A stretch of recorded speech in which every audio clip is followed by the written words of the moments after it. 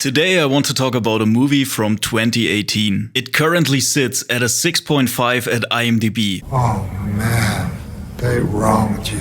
I told 7 of my friends to watch the movie. It's my curse, I can't say no to a friend. And only 1 enjoyed it. Alright.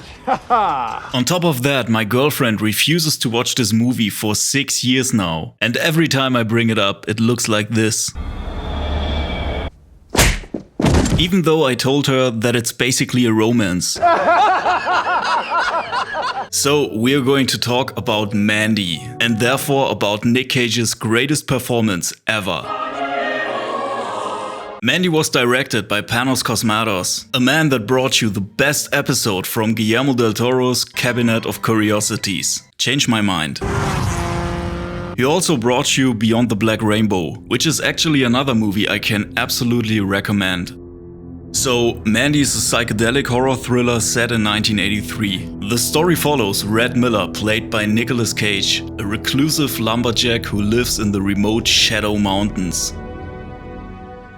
By his side is his girlfriend, Mandy Bloom, who is portrayed by Andrea Riseborough, and holy crap, her performance is outstanding. Red's and Mandy's quiet life is shattered when Mandy is noticed by Jeremiah Sand, a deranged leader of a sadistic cult known as the Children of the New Dawn. And Jeremiah Sand is played by Linus Roach, who straight up delivers another performance of a lifetime. I've gotta tell you, the casting in this movie is amazing. Obsessed with Mandy, Jeremiah orders his followers to kidnap her. With the help of a biker gang fueled by a mysterious potent drug, they abduct Mandy and Red. The mysterious potent drug, by the way, is a special batch of acid. Anyway, after a failed attempt to seduce her, and I can tell you, this scene is hilarious. Jeremiah burns Mandy alive in front of Red. And that scene is definitely not funny anymore. Left for dead, Red survives and embarks on a vengeful, blood-soaked quest to annihilate the cult and its demonic allies. And that's about it. That's the full story. So maybe you wonder why this is my favorite Nick Cage film ever. Well, there are many reasons. This scene, for example. Or the chainsaw fight. Let's not forget the Cheddar Goblin spot. Look, Cheddar Goblin! On top of that, the movie already starts strong with a track by King Crimson. And I haven't seen a movie opening with King Crimson since Children of Man. But what I definitely love about Mandy is its rather slow pacing. Can you see that? But let me try to find the right words to explain it. Panos Cosmato said in an interview that he put a lot of himself in this movie. No more drugs for that man. And I think that is one of the reasons why I find it so interesting. It feels more organic and less schematic than your ordinary horror movie.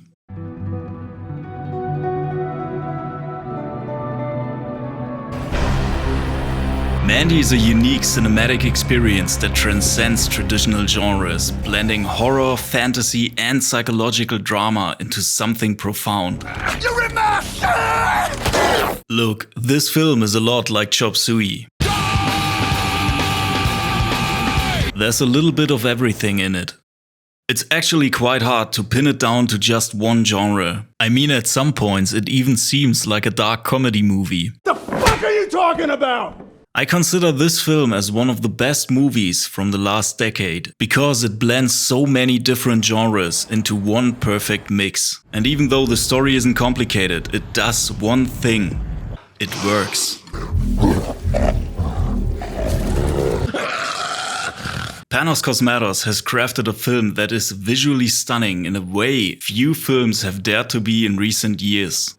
The cinematography by Benjamin Loeb uses a dreamlike combination of vibrant neon colors, stark contrasts and eerie lighting to create a hallucinogenic atmosphere. Each frame of Mandy feels like a painting with hyper-stylized visuals that evoke 1980s pulp fiction, heavy metal album covers and fantasy illustrations. The film's aesthetic is deeply immersive, pulling the viewer into an otherworldly space where the boundaries of reality and nightmare blur. Many will scream style over substance, but I don't care. Cosmato uses visual cues not just to dazzle, but to enhance the emotional resonance of the story. The slow, trance-like pacing of the camera work complements the sense of dread that builds throughout the movie. And that is making the eventual eruption of violence even more cathartic. In the final act, the contrast between the beauty of the film's first half and the nightmarish descent into madness that follows creates an unforgettable visual and emotional experience. Now let's talk about Nick Cage's performance for a second. Because Nicolas Cage delivers what might be his most raw and powerful performance to date. Known for his eccentric acting style, Cage has often been cast in roles that demand over-the-top theatrical performances. In Mandy, that wild intensity finds its perfect match. Red Miller is a man broken by grief and driven by unrelenting rage. And Cage portrays this transformation with an emotional intensity that is simultaneously harrowing and exhilarating. Cage's performance captures the entire emotional spectrum of Red's journey, from the tender moments with Mandy in the beginning to the primal screams of anguish and rage as he arms himself for battle. And before I forget to mention it, Richard Brake is in this movie as well. You know, it's the guy from the Rob Zombie movies. And he also played the Night King in Game of Thrones. In Mandy, however, he's the one that cooks up the special batch of acid, even though he's only on screen for about 2 minutes. I think that his performance here is pretty amazing as well. And we've got this guy and that guy. And I cannot help it, but every time I see them, I have to laugh. They really did everything right with the casting for this movie. The infamous scene where Cage chucks vodka in his underwear while crying and screaming in a bathroom is a raw, unfiltered moment of agony that captures the depth of Red's pain. It's a masterclass in letting emotion drive character, and Cage's performance elevates the film from a stylish genre piece to an intense character study. You exude a cosmic darkness. And every scene with Andrea Riseborough or Linus Roach is just magic. I mean, I was glued to the screen. I can tell you it's a rare case that I sit down and watch a full movie. But so far, every time I watched Mandy, I didn't even feel the urge to grab my smartphone. I just sat there and watched the film. Okay. While Mandy is ostensibly a revenge story, at its heart it is a meditation on the destructive power of grief and the length people will go to when love is taken from them. So in fact, I would even go this far and call this a dark romance. It's also about the male ego, the descent into madness, and acid. Okay. No more drugs for that man. The relationship between Red and Mandy is the emotional anchor of the film. Their love, quiet and unspoken, is shown through moments of tenderness, silence, and shared experiences in the wilderness.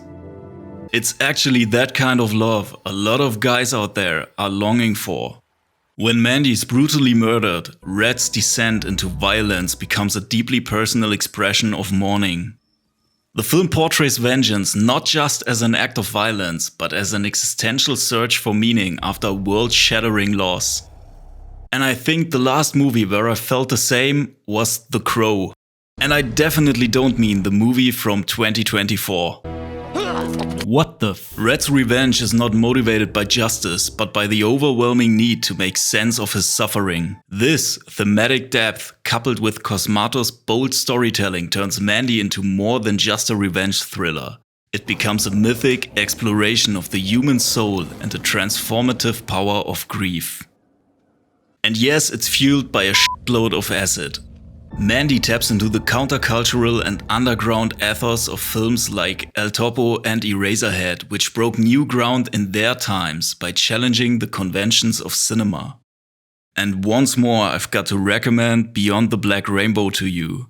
By blending grindhouse horror and arthouse filmmaking, Cosmato has created something that feels both retro and entirely original. The film's relentless embrace of its weirdness, from the demonic bikers to the cosmic visions of Red's vengeful journey, positions Mandy as a future cult classic. Even though my friends don't agree on that. Its heavy metal aesthetic and surrealist drug-fueled narrative structure have struck a chord with audiences who crave more than the formulaic structure of mainstream cinema. Welcome home, baby. The film's use of animation, especially the hauntingly beautiful animated sequences, adds yet another layer to its already multi-layered visual and emotional tapestry. And let's be real, it's got Nick Cage. But we have to talk about the amazing sound design as well, especially regarding the soundtrack, because the late Jóhann Jóhannsson's score is integral to Mandy's atmosphere. His music, a haunting mix of synth and orchestral sounds, pulses throughout the film, creating a dark, brooding ambience that heightens the emotional weight of each scene. And as a lover of 70s and 80s synth music, I can tell you this soundtrack is a 10 out of 10. And some pieces will be stuck in your head forever.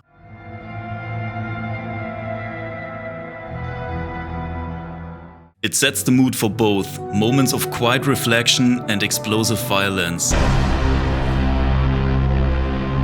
seamlessly blending with the film's surreal visuals.